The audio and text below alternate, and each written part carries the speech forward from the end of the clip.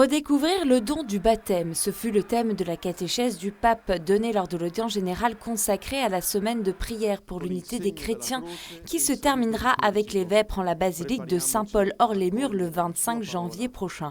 Partager le baptême signifie que nous sommes tous des pécheurs, que nous avons besoin d'être sauvés, rattachés et libérés du mal. L'expérience de la mort et celle d'être immergés dans l'eau nous permet de renaître et de vivre une nouvelle vie avec Dieu. Nous avons tous, a ajouté le pape, fait l'expérience de l'égoïsme qui génère la division, la fermeture et le mépris. Mais personne n'est exclu de la miséricorde. Plus on accueille la grâce de Dieu, plus on fait partie de son peuple, au sein duquel chacun est appelé à transmettre la miséricorde reçue des autres, en commençant par les pauvres et les plus abandonnés. La miséricorde de Dieu qui opère dans le baptême est plus forte que nos divisions. Elle est plus forte. Dans la mesure où nous accueillons la grâce de la miséricorde, nous devenons toujours plus peuple de Dieu et nous devenons aussi capables d'annoncer à tous ces œuvres merveilleuses à partir d'un simple témoignage fraternel d'unité.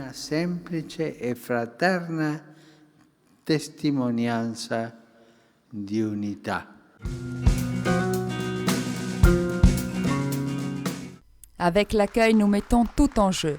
Le sanctuaire est réellement un espace privilégié pour rencontrer le Seigneur et toucher avec la main sa miséricorde. Telle est la réflexion que le pape François a offert aux participants au jubilé des opérateurs des pèlerinages et recteurs des sanctuaires, qu'il a rencontrés, comme vous le voyez, dans la salle Paul VI.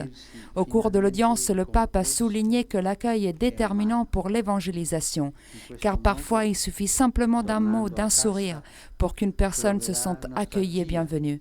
Celui qui décide de faire un pèlerinage vit une spiritualité personnelle, non de masse, et au creux d'une histoire millénaire qui porte en lui un désir spécial et une prière particulière.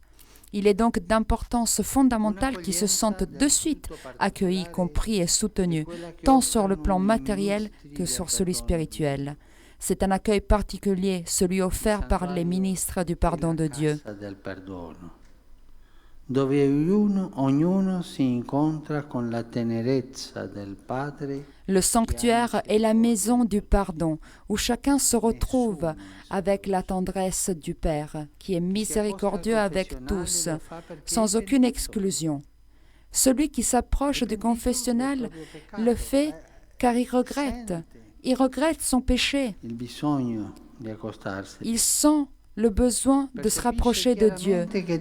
Il perçoit clairement que Dieu ne le condamne pas, mais l'accueille et le serre dans ses bras comme le fait le Père avec le Fils prodige, pour lui redonner la dignité de fils.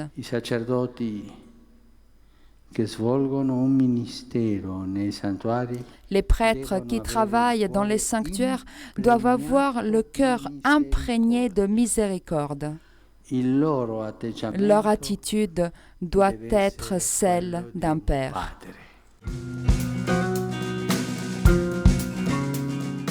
La famille fondée sur le mariage indissoluble, unie et vouée à la procréation appartient au rêve de Dieu et de son Église pour le salut de l'humanité.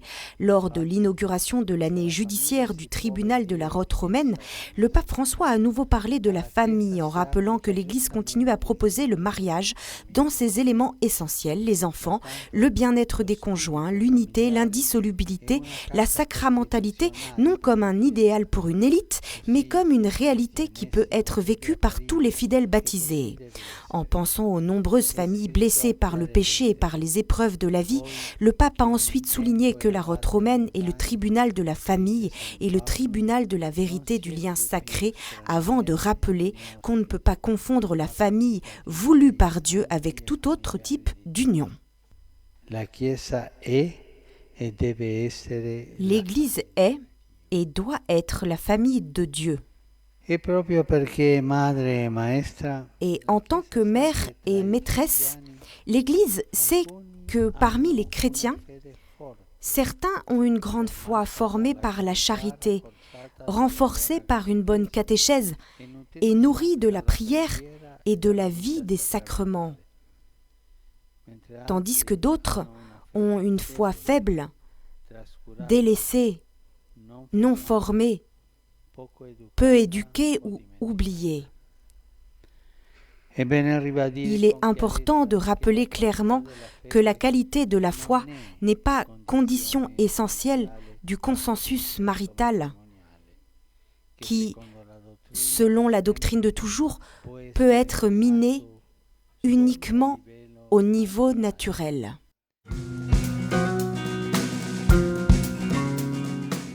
Le devoir de l'évêque est de prier et annoncer la résurrection de Jésus.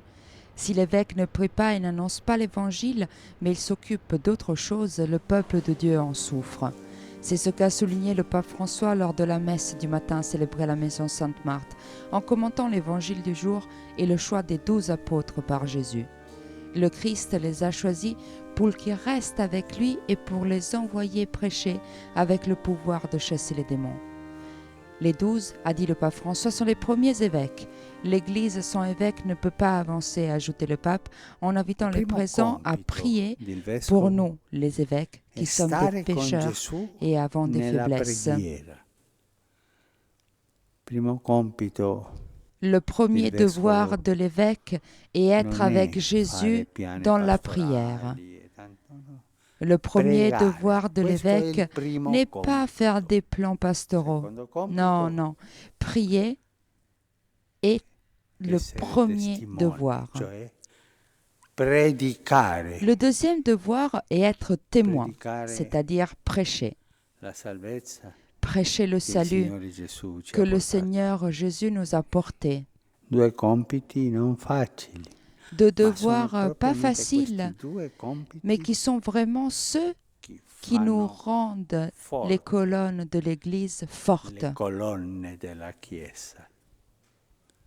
Si queste colonne si indeboliscono perché il vescovo non prega o prega poco, si les colonnes s'affaiblissent parce que l'évêque ne prie pas, ou il prie peu, ou il oublie de prier, ou parce que l'évêque n'annonce pas l'évangile, car il s'occupe d'autre chose, l'Église s'affaiblit aussi. Elle souffre. Le peuple de Dieu souffre, car les colonnes sont faibles.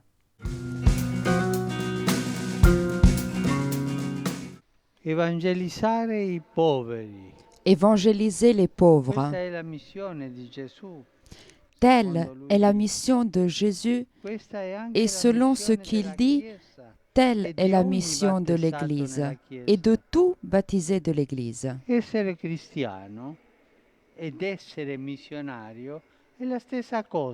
Être chrétien et être missionnaire est la même chose. Annoncer l'Évangile avec la parole et encore plus tôt avec la vie, tel est le but principal de la communauté chrétienne et de ses membres.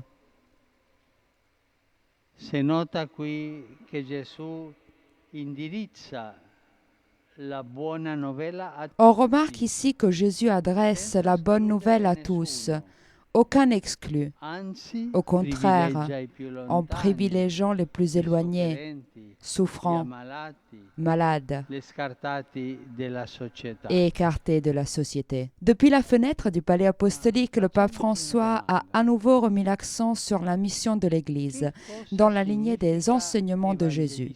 Témoigner concrètement la miséricorde que le Christ nous a donnée. Le Fils de Dieu était différent des maîtres de son temps. Il n'avait pas ouvert une école pour étudier la loi, mais il se baladait dans les synagogues, sur les routes, dans les maisons, pour prêcher et enseigner. Hier comme aujourd'hui, l'annonce du Messie du royaume de Dieu qui est venu au milieu de nous s'adresse surtout aux marginalisés, aux prisonniers, aux oppressés, qui, au temps de Jésus, n'étaient pas au centre de la communauté de foi.